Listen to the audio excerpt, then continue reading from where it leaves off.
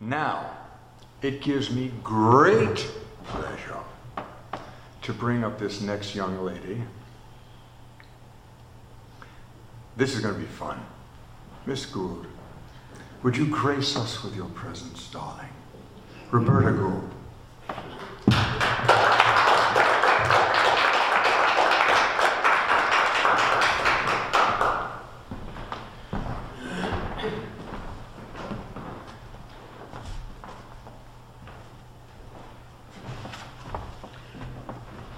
Eddie Perkins. Eddie Perkins. He'd sit behind me at every funeral. Special smile and a gorgeous Brooklyn accent. 3 deaths and nothing else between us, except for the yearly holiday card and my remembering how he and Diane gathered clothing for Guatemala after the genocide, and how he met me on 3rd Avenue, and I received it and took it to Bishop Ruiz in San Cristobal, who sent me to the nuns on the border to distribute it, and to the orphanage I found on my own. He kept his good looks too, though I heard he had multiple diseases, multiple illnesses. Nothing specific, as my informant hardly cared. Eddie, who lost Diane right after childbirth. Eddie, who cared for his sister's daughters, deprived of a mother in their teens. That's all I know, except that he was a friend, and an old friend of my brother, when my brother had friends. That's how I came to know him, so quietly feeling, giving, and losing, always there when needed and in times of mourning. It's strange that now I mourn him. I miss him and want to tell him and thank him one more time, but I can't.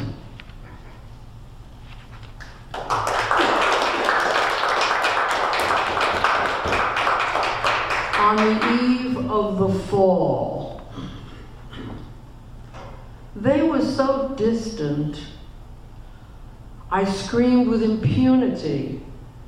Nothing lost, and a swirl of lights over me. Not a halo exactly, but surely immunity from what I feared most.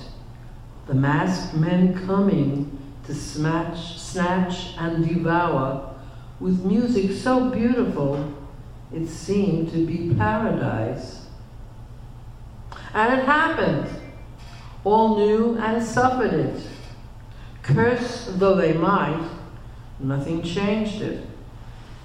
I died. When they found my note, I was venerated. Proof of prophetic powers I never claimed. What they couldn't fathom when they passed me on the street, in a volley of rage, my searing words, they didn't believe. It's sort of a companion piece. This is called Choices.